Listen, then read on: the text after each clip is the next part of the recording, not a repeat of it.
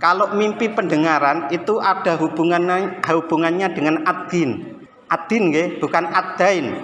Kalau din itu agama, kalau ad-dain itu utang. Jadi mimpi telinga, mimpi mata itu ada hubungannya dengan keberagamaan kita. Kalau dalam kasus mimpi saya itu berarti saya itu dibersihkan sedikit demi sedikit. Yang selama ini tidak pernah saya dengarkan, itu saya dengarkan. Harus dipahami, dengarkan itu didengarkan oleh diri, bukan hanya telinga. Okay? Kita mendengar dengan telinga itu kan biasa toh. Tapi kalau diri kita mendengarkan itu kan keseluruhan diri kita mendengarkan.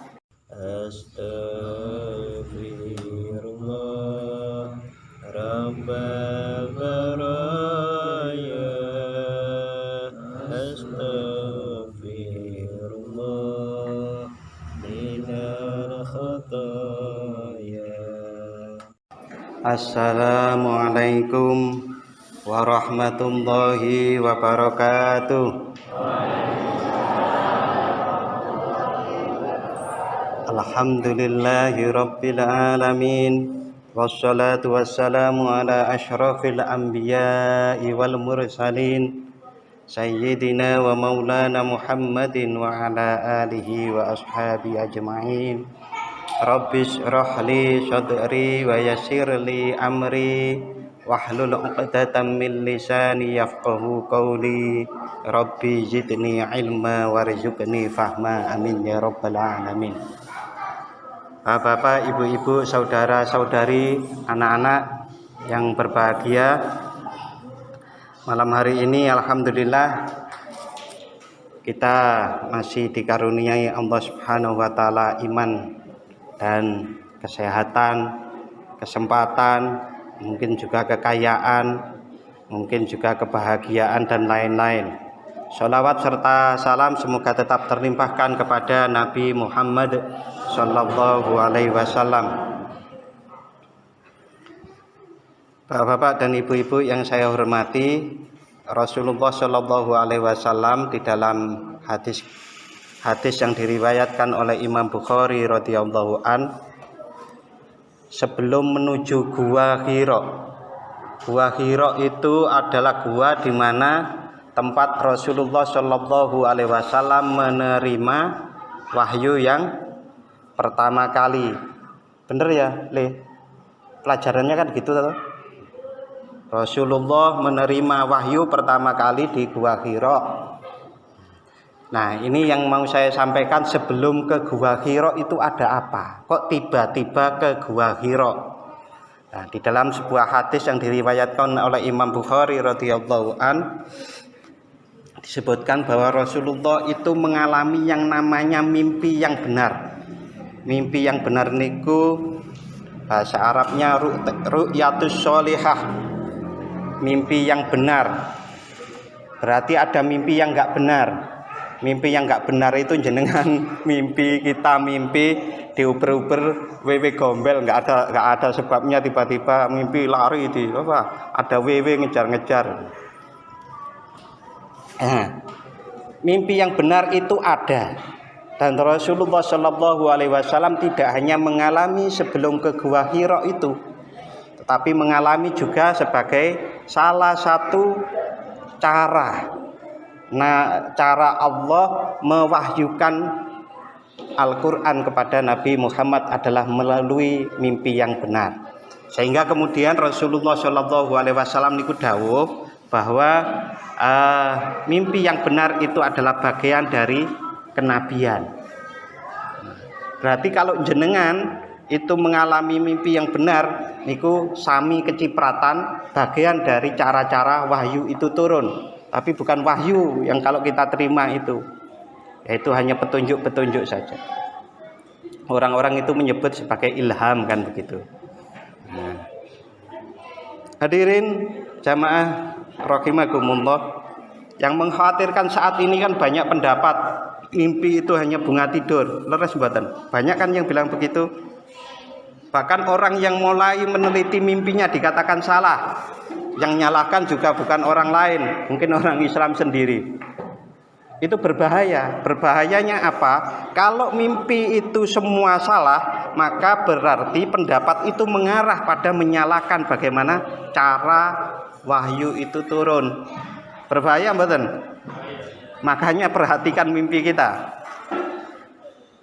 Karena mimpi kita itu diantaranya adalah mungkin itu petunjuk. Salah satu petunjuk. Dan ini saya alami dan juga ternyata itu ada ditulis para alim, para ulama berdasarkan Al-Quran. Saya itu pernah mimpi telinga saya itu keluar, kalau kata Pak Tarsen itu vaselin. Jadi keluar itu kan, bukan cair tapi keluar itu. Ya saya duduk itu. Tidak hanya sekali. Nah, ternyata itu kemudian saya dapatkan di kitab yang ditulis oleh para ulama. Nama kitabnya itu Ta'birur Ru'ya, takbir mimpi, berdasarkan Al-Quran, hadis, dan juga perumpamaan yang berjalan pada saat itu, tergantung kondisi waktu, kondisi zaman, kondisi makan itu tempat. Nah, oke, singkatnya begini. Ternyata setelah saya baca di kitab itu, orang kalau mimpi pendengaran itu ada hubungannya dengan ad-din. Ad-din nggih, bukan ad-dain. Kalau din itu agama, kalau ad-dain itu utang. Ad-dain itu utang. Kalau ad-din itu agama. Jadi mimpi telinga, mimpi mata itu ada hubungannya dengan keberagamaan kita. Kalau dalam kasus mimpi saya itu berarti saya itu dibersihkan sedikit demi sedikit. Yang selama ini tidak pernah saya dengarkan, itu saya dengarkan. Harus dipahami, dengarkan itu didengarkan oleh diri, bukan hanya telinga. Kita mendengar dengan telinga itu kan biasa toh. Tapi kalau diri kita mendengarkan itu kan keseluruhan diri kita mendengarkan. Bisa dipaham nggih? Insya Allah bisa, ini mudah kok. Nah, itu sampai beberapa kali terjadi seperti itu. Berarti ada hubungannya saya mulai mendengarkan. Karena budek saya itu mulai hilang. Mungkin nanti akan keluar lagi. Nah, jadi kalau ada orang sebaliknya, nuwun sewu, memasukkan sumpal itu bahasa Indonesia nggih, ke telinganya, berarti dia pingin membudekkan diri, mentulikan dirinya dari nasihat-nasihat. Begitu juga mata. Kalau mata kita itu semakin kabur dalam mimpi, berarti kita telah melakukan sesuatu dalam keberagamaan kita itu yang makin buram. Begitu kalau sebaliknya, rembesnya mulai hilang gitu, semakin terang apa yang kita lihat. Nah, itu takbirnya itu adalah mengenai agama kita. Dasarnya apa? Dasarnya di dalam Al-Quran. Sayang tadi saya belum lihat itu di surat apa gitu. Itu berkali-kali saya itu mesti lupa, nggak sempat lihat.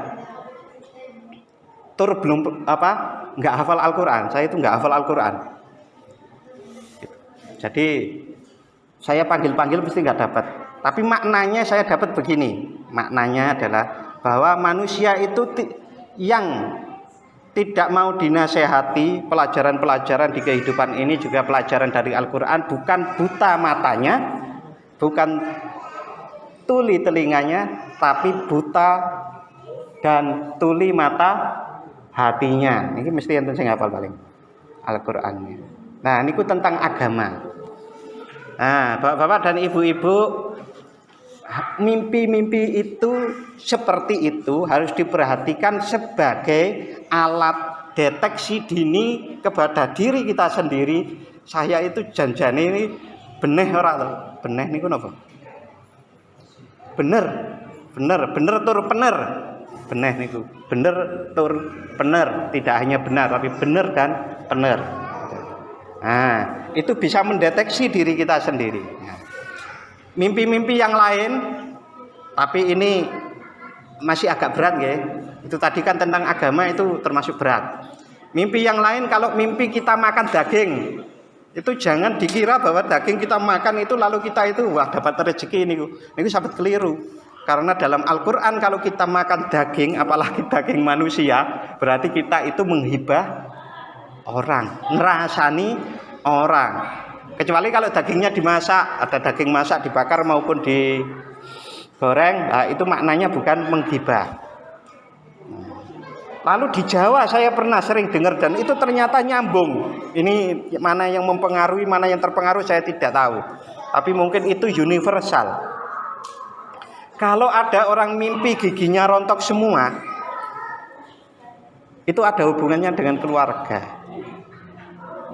Nah, kalau gigi kita yang atas berarti nanti nuwun sewu, entah itu yang meninggal itu saudara laki-laki, kalau bawah niku perempuan. Nah, seperti itu, dan itu pernah terjadi pada Amirul Mukminin Al-Mansur. Al-Mansur niku nggih kira-kira 10 generasi atau 7 generasi lah. Kalau saya lupa juga nih. Dari setelah Rasulullah kan ada 4 nggih. Nah, mungkin ini yang ke-7 atau ke-10. Nah, itu mimpi kotak sakotot atau berguguran semua gigi-giginya itu. Pagi-pagi manggil pembantu-pembantunya untuk memanggilkan pentakbir mimpi. Nah, dipanggilkan akhirnya juga seperti itu maknanya, bahwa itu adalah nanti keluarganya akan banyak yang meninggal. Nah, seperti itu. Ini di Jawa ada, ternyata di kitab juga ada. Tapi ada yang umum yang menyenangkan biasanya bagi kita-kita nggih. Kalau mimpi jenengan gopong mayit. Napa, Pak? Mau dapat rezeki. Nah, ini dasarnya apa? Di dalam hadis itu Rasulullah, dalam satu saat Rasulullah itu ke pasar bersama para sahabatnya. Terus di pasar niku nuwun sewu ada tempat sampah besar gitu. Di situ ada bangkai kambing. Kambing itu bangkai kambing itu buta mata sebelah. Sungune juga mboten apik ngoten. Terus Rasulullah niku bersabda kepada para sahabatnya, ada yang mau bangkai itu? Ya para sahabat, ya Rasul, kambing itu hidup saja niku sudah ada cacatnya. Apalagi cacat mati lagi kan gitu. Mboten purun gitu. Kami enggak mau. Rasulullah kemudian dawuh bersabda seperti ini. Ya, seperti itulah keadaan dunia. Dunia itu sesuatu yang tidak ada kaitannya dengan Allah. Duit mung gawe seneng-seneng, berarti nggak ada kaitannya dengan Allah toh. Kalau duit buat sedekah, buat bangun masjid dan yang lain-lain itu berarti bukan dunia, niku akhirat. Nah, tapi kalau sesuatu yang hanya diperuntukkan untuk senang-senang, mujo hawa nafsune dewe-dewe, mujo hawa nafsunya sendiri, maka itu tidak ada hubungannya dengan agama. Itulah yang disebut dunia. Maka itu seperti bangkai saja. Nah, berarti kalau jenengan mimpi kita itu dapat bangkai, apalagi gede, bangkainya bangkai manusia, itu semakin gede rezeki yang mau akan kita peroleh. Itu pun namanya takbirur ru'ya. Takbirur ru'ya itu perkiraan, pemaknaan terhadap mimpi. Karena sesungguhnya tidak ada yang memastikan masa depan kita, yang tahu hanya adalah Allah Subhanahu wa ta'ala. Nah, terus apa fungsinya? Fungsinya bagaimana kita itu menyiapkan diri lebih baik. Terutama mimpi-mimpi yang tadi, yang terkait dengan agama itu. Wah, saya kok malah belawur, ini ada apa mata saya, kok mimpi mata saya semakin belawur. Nah, berarti kita perlu evaluasi. Begitu Bapak-bapak, Ibu-ibu, saudara-saudari dan anak-anak. Mudah-mudahan bermanfaat. Terima kasih. Assalamualaikum warahmatullahi wabarakatuh.